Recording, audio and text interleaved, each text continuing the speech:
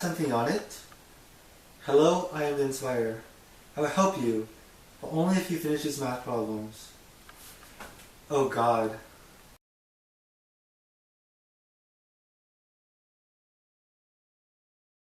No problem.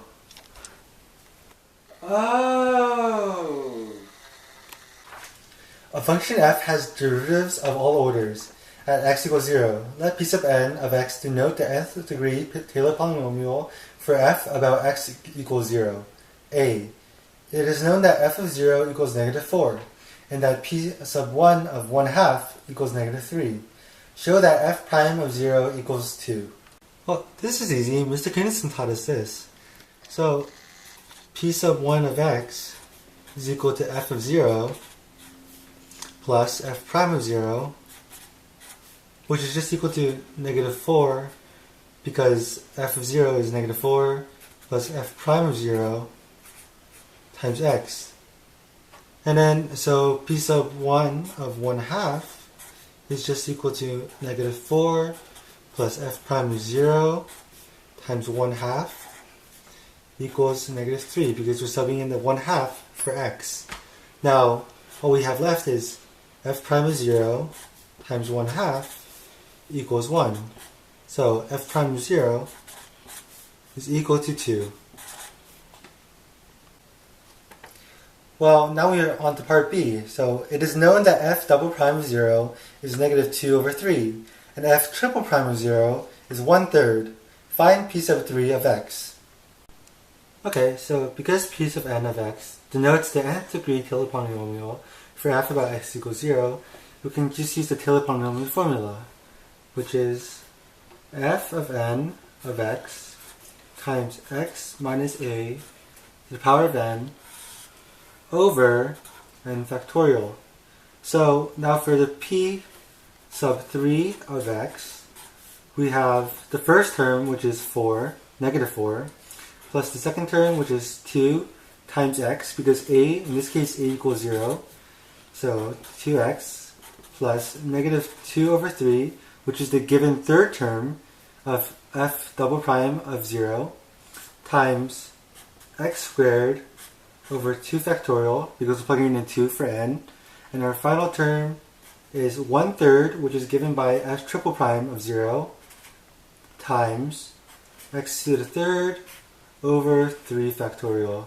And now once we simplify all this out, we get negative 4 plus 2x minus 1/3 x squared plus 1 over 18 x cubed.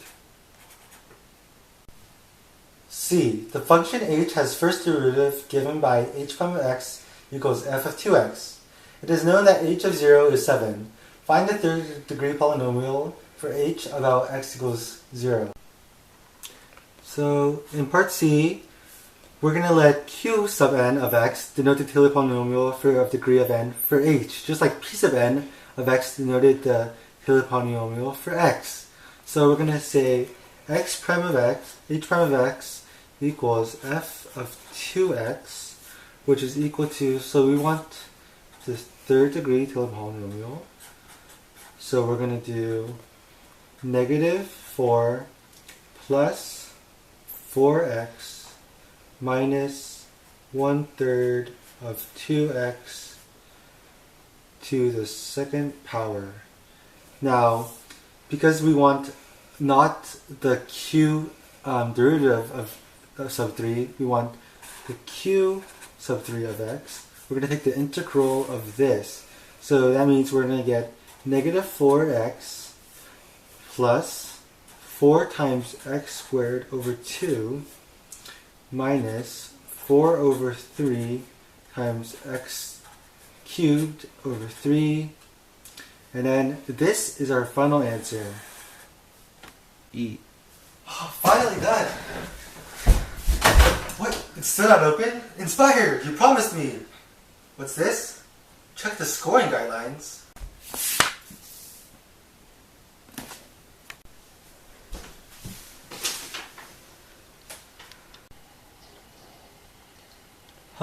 Part A, p sub 1 of x, you have to use that to get a point. Yeah, I used that. verifying f prime 0 is 2. I did that. Oh, p sub 3 of x. Yeah, you have to use 4 terms instead of 3. Okay, I used that from the given terms. Okay, I got all 3 of those points. What happened here? Yeah, I said h prime of x equals f of 2x. Okay. I integrated, that's right. Oh, the constant term! Oh shoot! Plus c. Mr. Knudsen tells me to never forget part c. So then, oh, that makes so much sense now. That's why we only need 3 terms instead of 4. Because the plus c gives us our 4th term. So now we have to solve for c, I guess. So c equals q sub 3 of 0, which is equal to h of 0, which is equal to 7, given the initial condition. Okay, so our final answer would be q sub 3 of x equals 7 minus 4x plus 2x squared minus 4 over 9x cubed. Okay, Inspire, now what? Pick up the bat in the blue bin. To smash the lock?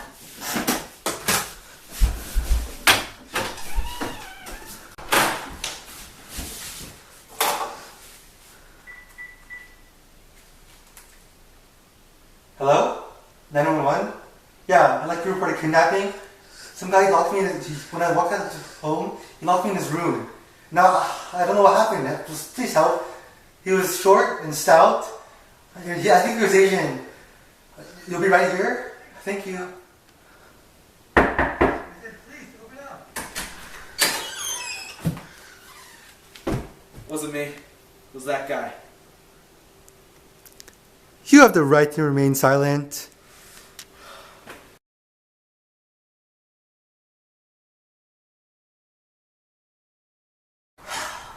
Prison sucks. What's this?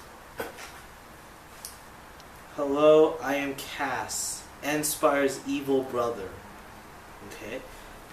I'll help you get out of this prison if you help me do this math problem. Math? I never went to math class. That's why I became a kidnapper. Alright, Cass. I accept your offer. Where is this math you speak of? Alright, let's see this problem. The function f has a Taylor series about x equals 1 that converges to f of x for all x in the interval in convergence. It is known that f of 1 equals 1 and f prime of 1 equals negative 1/2. And the nth derivative of f at x equals 1 is given by f to the nth prime of 1 equals negative 1 to the nth times n minus 1 factorial over 2 to the nth, for n is greater than or equal to 2. Oh, this is easier than I thought.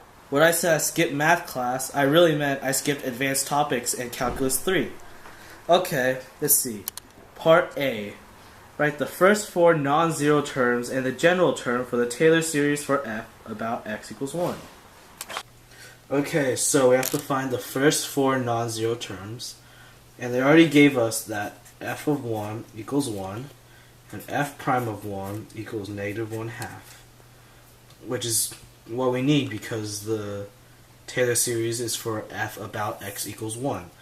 Now we have to find f double prime of 1, and they gave us that equation right here.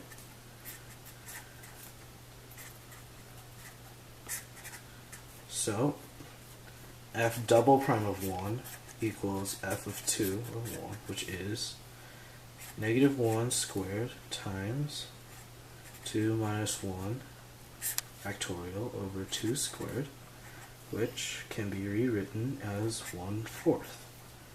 And when we get f triple prime of 1, we have negative 1 cubed times 3 minus 1 factorial over 2 cubed, which factors out to negative 2/8 or negative 1/4. Now, to write our Taylor polynomial, we're going to need f of x equals f of 1 times x minus 1 to the 0 all over 0 factorial plus f prime of 1 times x minus 1 to the 1 all over 1 factorial plus f double prime of 1 times x minus 1 squared times 2 factorial plus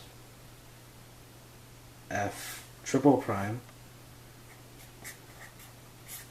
times x minus 1 cubed over 3 factorial. And to find the general term, we just figure out that it's f prime of x, not f prime of x, sorry, f to the power of n of x times x minus 1 to the n all over n factorial, which is rewritten as negative 1 to the n times x minus 1 to the n all over 2n times n. That's our general term, and these are our first 4 non-zero terms. Part B. The Taylor series for f about x equals 1 has a radius of convergence of 2. Find the interval of convergence. Show the work that leads to your answer. Okay, so now on to part B. Now they give us the radius of convergence, but we don't even have the original interval without the bounds yet. So from part A, we know that this is our general term, our power series. So we could use root test, where limit as n approaches infinity of the nth root of our power series, the absolute value of our power series, that is. Now this will get us limit as n approaches infinity of absolute value of negative 1 times x minus 1 over 2 times the nth root of n. When we do find the limit as n approaches infinity, we end up with the absolute value of negative 1 times x minus 1 over 2. Now to converge, it has to be less than 1, so we set that up. Now, when we factor everything out, we get that x has to be between negative 1 and 3. But we have to test our endpoints by plugging them back into our power series to see if they converge or diverge at the endpoints. So when we plug in negative 1, we get this series, which can be rewritten as negative 1 to the 2n times 2 to the n. Now the 2n's cancel out, and negative 1 to the 2n is just 1, so we can cross this out, and we get a harmonic series which diverges.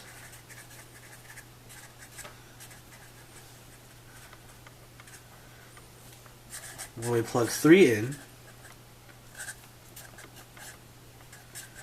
we get this.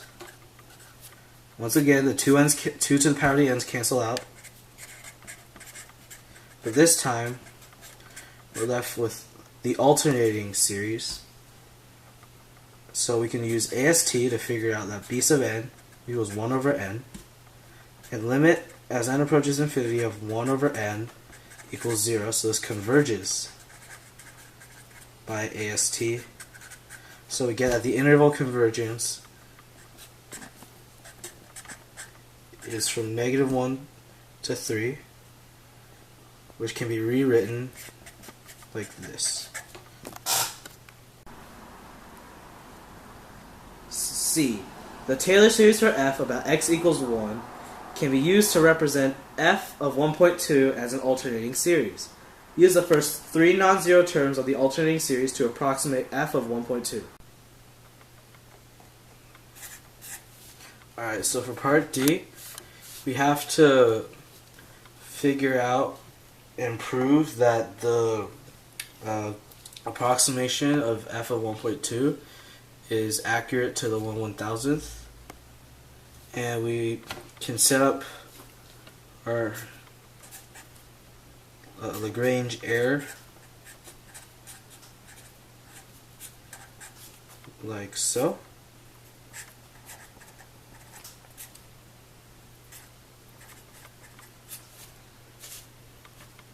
And when we work everything out, we get that this equals 1/3000th, which would obviously be less than 1/1000th. So this works.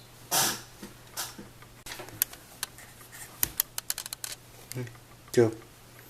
Alright, now we just have to estimate f of 1.2. Now we already have a Taylor series centered around f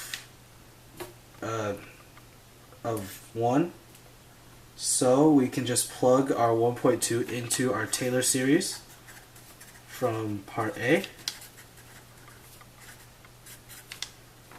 and we get, so we can approximate that f of 1.2 is about 1 minus 1/2 of 0.2 plus 1/8 of 0.2 squared, which equals 1 minus 0.1 plus 0.005, which equals 0.905.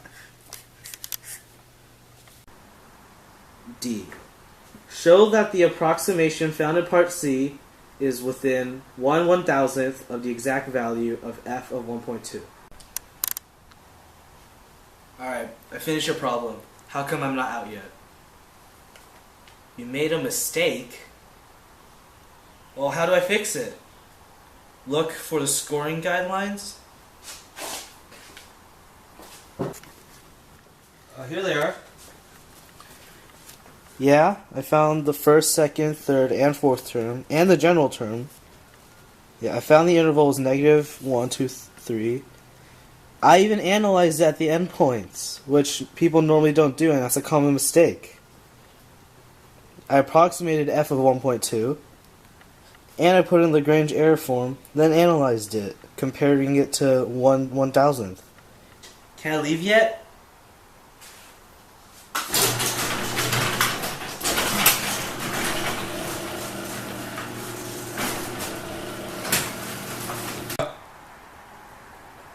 What's going on here?